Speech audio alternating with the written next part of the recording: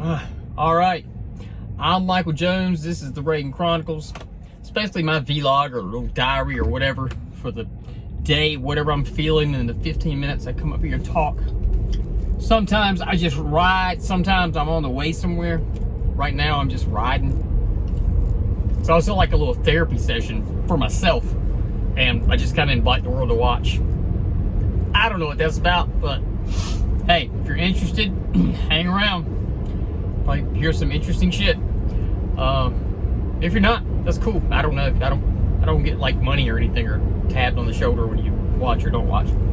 I'm a videographer. I own a video production company in Goldsboro, North Carolina, Rayden Video Productions, and I have a drone company, 360 Virtual Drone Services.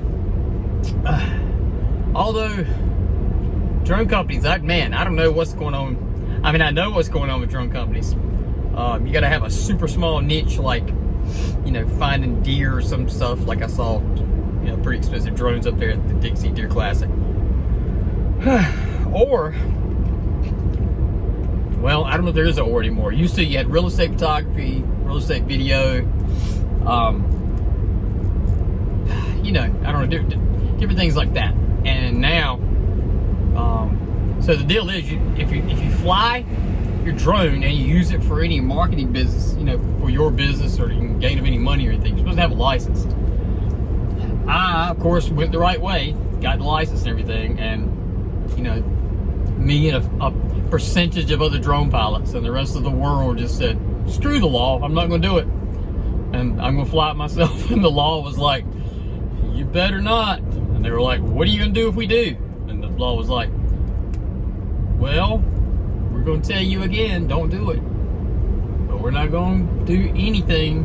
And then everybody who has a business that needs a drone just said, I'm not hiring anybody who flies a drone who knows what they're doing. I'm just going to run to the store and buy a DJI and fly and get the pictures myself. You know what? I don't blame them. I really don't. I mean, like, most of the pictures are crappy. But, you know what? Like, it's all out the window these days. You just got to know how to produce video and how to tell a story. That's the secret. That's the thing nobody knows how to tell. Everybody's looking to macro, like micro, right at the moment. Oh, I posted a video. Did it get 1 billion likes? It only got 300 in a week. That didn't work. The money you paid you to do the video is not working. Man, it's a weird mindset to have. I don't understand why it's not so evident to businesses why you got to make video content. And look, my God, if you're a business by yourself, and you know, it's just you doing everything like me, then man, it's tough. So I get it. If you're like, dude, I don't have time. But then again, that's why I exist. I'm for people who don't have time, who want to grow, who want to stay consistent, who want to stay relevant, who want to stay up top in people's minds. That's why content creators like me exist. We know everybody can use their phone to take a video. We know everybody can make a cool video in CapCut. We know you can keep content out there. Hey, look, and that's better than nothing. But some people are kind of like, I don't know anything about video. I'm too busy doing XYZ. This is what I do. I hate video. I don't know anything about it. That's where you call me. And we work on getting you some consistent video out there. That way, when people think of your industry or whatever service you provide or whatever product you provide, just by default, you're in their DM in their head because they see you all the time. It hardly even matters what the content is, just as long as you can tell a story and keep people hanging on, which is what most people can't do. They don't know how to structure it. I don't know how to tell you to structure it either. I mean, I know there's a little format out there about, you know, getting their attention, holding them, giving them, you know, an ending, holding, you know, something out to the end. There's that kind of basic story. But sometimes when you go shoot what you can get, you got to build your story out of that. Sometimes you don't have all that, but you still got to know what to do with it. There's still, you know, I can't write songs. I say that all the time, but I guess this is kind of like writing a song. I can't tell you how to do it. I just can do it. But again, everybody don't like videography. Everybody don't like filming. If there's, let's say, I worked in a hair salon recently. Let's say there's 8, 9 girls in a hair salon. I mean, none of them want to do video stuff. They don't like video stuff. They like cutting hair. When they don't have customers, they're on their phones. They're on their phones looking at stuff. I suppose you could have a boss man or a boss lady come in and be like, hey, you all work for me and I want you producing content. But I mean, how crappy and weird would that be for somebody to come in and be like, hey, just because you work for me, you got a booth here, I want you to do content for me, promote my business that you work for. I mean, that would kind of make sense, but it'd kind of be weird too, especially if no one liked video, like or putting together video, or perhaps not understanding how to put together video. That would be kind of odd. So that's where I come in at. This is where you go look for a content creator, and then of course, if you work more consistently with me, then I learn you better. I learn your product, I learn your service, I learn your target audience, and I go to town. I'll dig deep on everything because that's part of the job. So I'm just saying, you got to break that old way of thinking. You got to stop looking for that immediate ROI that in 1970 and 1980s brains used to. You know, I paid $1,200 for a billboard. Well, they told me 30,000 eyeballs passed this billboard a day, but it don't have a way of telling me who looked, if somebody was not looking, if somebody can't read. I mean, it was just a mirage, y'all. And y'all still looking for that instant ROI return marketing thing. It don't work like that anymore. The deal is now, in any way possible, shape, form, preferably well told. You just got to be in people's face all the time with videography, with you and what you do. It's just a mind trick. It's just a habit thing. If they see you all the time and then they need you, they're going to think of you first. You got to stop looking for putting the video out, bring customers in the door the next week. It doesn't work like that. We're in the long game. We're in the long game now. It seems long, but it's not long. It's like, man, I didn't even know Mr. Beast, my man, he's been making videos since he was like 6. I've always seen Jimmy, you know, like mustache, fat-faced Jimmy, and then I was looking him up one day, looking at some stuff, because he's in Greenville over here with us. I mean, with us, I'm saying we're in Goldsboro, not far. And man, this dude's been making videos before YouTube was born. I didn't even know that. And everybody's talking, oh man, he just made a couple of videos.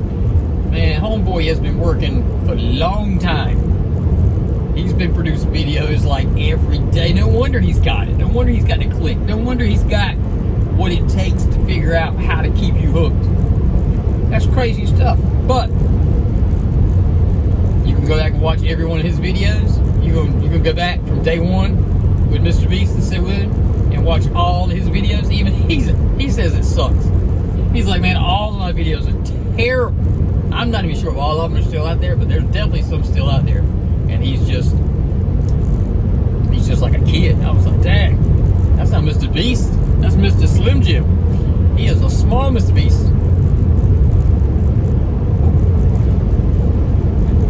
Anyway, I ain't gonna be able to. So, WWE, by the way, man, let me tell you something. Your riders are on fire. Your riders are on fire, son. Doing good. Raw last night was so good.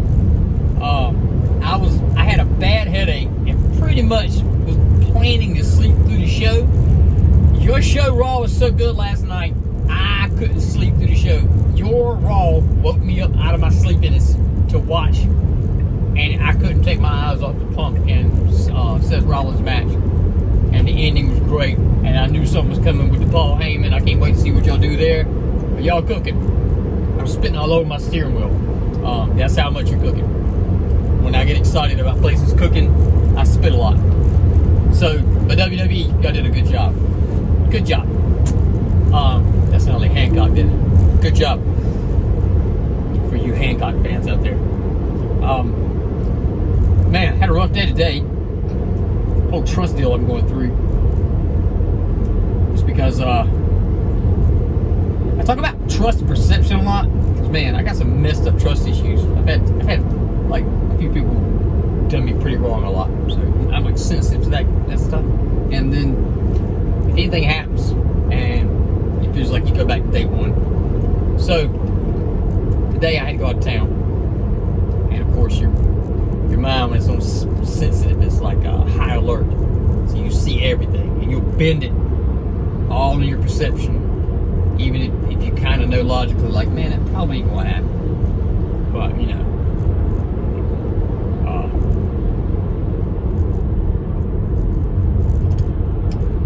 just want to make sure I say, yeah. So yeah, just some keynote things that just happened today. It's just interesting when you had your trust broken and you go out of town. It's like things happening. You're like, huh, it's already happened when you do those things when I'm out of town. And that's not me really thinking that. That's just like my mind going, yo! Have you thought about this, brother? Have you thought about how coincidental it is that she's going to dinner with a friend that, you know, talks to her about leaving her husband? This happened, and then you kind of, yeah. My mind's like, you know, she can go out with a girlfriend. It's cool. It's cool. She can go out with a girlfriend. My mind's like, man, don't be stupid, dude. Don't be stupid. She be leaving her watch at home all the time. She take it today? Yeah, she took it today. You noticed that. You noticed the watch was gone today. Notice how dressed up she was? Like, that's weird, because like I noted it this morning, but then as the day went on, it just kind of cooked into my mind. My mind's just like turning up, like, man, what is up? All this stuff's coincidental. All this is coincidental, just on the day that you are like for sure out of town. Whew, sure it'd be a good time. If she wanted to do anything weird, that, yeah, she knew you were out of town, so today would have been the day. Just saying. And my logic mind is just like, man, God damn, hush. I don't want to hear it. I don't want to think about it. I didn't think about that. Why did you have to bring it up? Weird. This is all the stuff when people lie, cheat, dishonest, betray, and like, man, they don't have to deal with it. This is 24/7 now in my brain. It's just like a Rolodex, you know? It's like a Rolodex just going. Whoa. Man, that was a quick turn. I'm sorry. I'm not aware that was that quick. I'm making a turn here. But yeah, this stuff just keeps on going and going and going and going. And then, I end up being quiet. Of course, I'm usually not quiet, so that stands out to people. So then they're like, what's wrong? And I'm like, pushed into a smile, like, nothing's wrong. And really nothing's wrong. It's just my mind won't shut up. I don't get it. I mean, I do get it, I guess. Like I say, turn the sensitivity up. And I'm just, that stuff hurts. The betrayal hurts. I guess it in your mind, your body, your whole being. It's just like, whew, high alert. Don't want to feel that again. Make sure you look out for every single little bitty thing.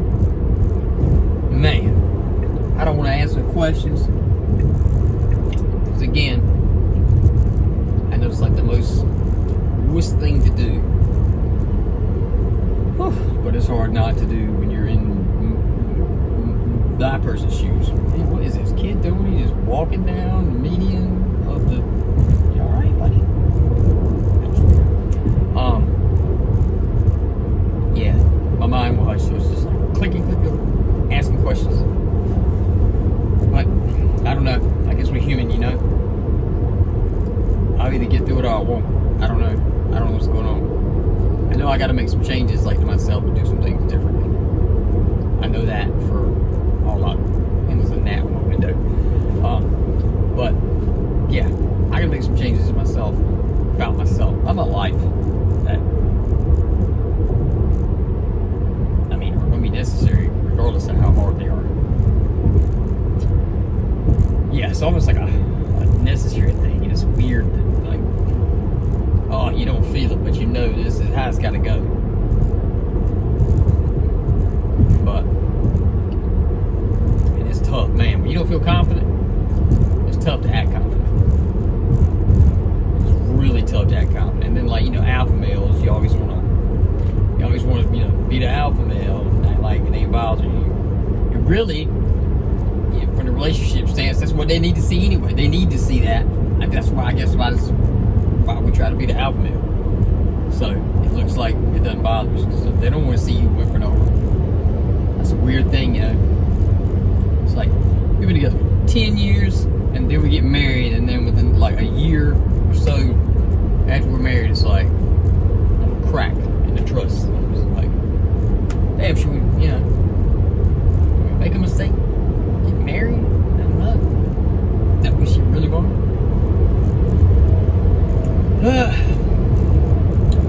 Don't know.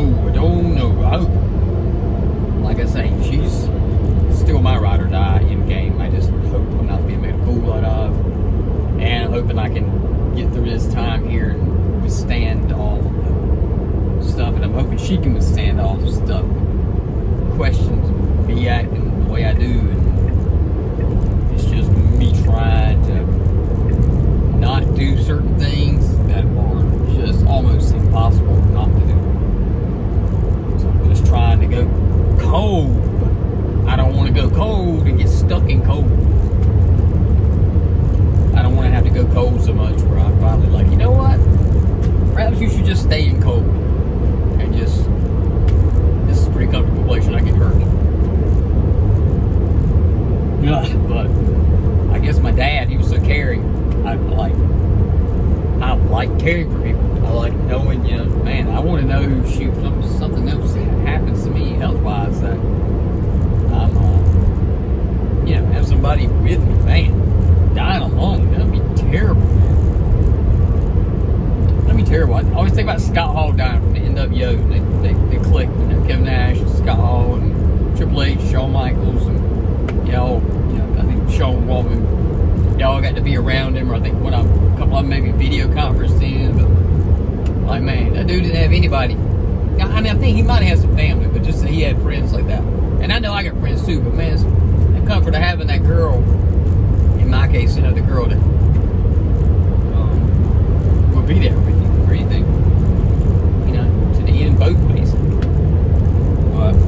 That's what I like. But you don't always, what's the Rolling Stones thing say, you know? You don't always get what you want, but if you try sometimes, you get what you need. I don't know if all of that applies to me. Anyway, well, I've kind of gone over 15 minutes. Well, over 15 minutes. Yeah, see, I'm just figuring stuff out. And just talking about out loud. That sun is brutal back there, isn't it? Alright, guys. Be good. Have a good life. Hopefully I'll see you tomorrow.